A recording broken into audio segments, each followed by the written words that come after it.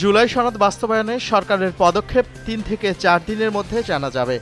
এক মতবিনিময় সভা শেষে সাংবাদিকদের এসব কথা জানান আইন উপদেষ্টা অধ্যাপক ডক্টর আসিফ নজরুল।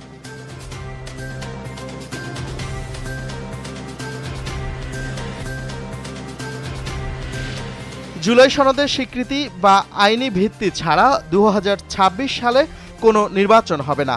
৫ দফা দাবিতে আয়োজিত ৮ দলের সমাবেশে এই মন্তব্য করেন জামায়াতে ইসলামীর আমির ডাক্তার শফিকুর রহমান।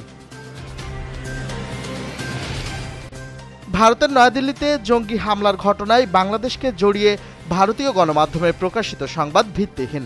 বিকেলে পররাষ্ট্র মন্ত্রণালয়ে সাংবাদিকদের সাথে মতবিনিময়কালে এসব কথা বলেন পররাষ্ট্র উপদেষ্টা তৌহিদ হোসেন।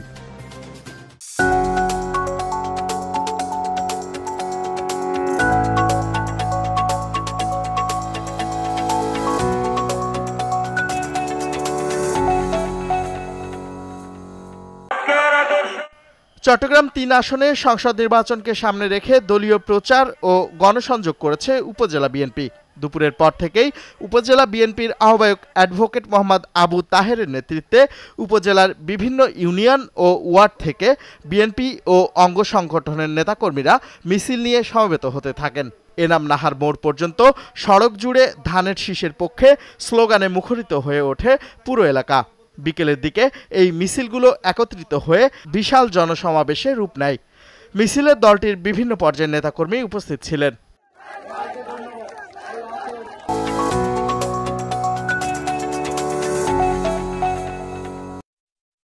চট্টগ্রামে বাংলাদেশ রেলওয়ে এমপ্লয়িজ লীগ এর উদ্যোগে বর্ণাঢ্য শ্রমিক সমাবেশ অনুষ্ঠিত হয়েছে। সকালে চট্টগ্রামের সিআরবি চত্বরে প্রতিষ্ঠানটির ৫১তম প্রতিষ্ঠাবার্ষিকী উপলক্ষে এই আয়োজন করা হয়। সমাবেশে বক্তারা সংগঠনের ৫১ বছরের গৌরব, শ্রমিকদের অধিকার আদায় ও রেলওয়ের উন্নয়নে তাদের ভূমিকার কথা তুলে ধরেন।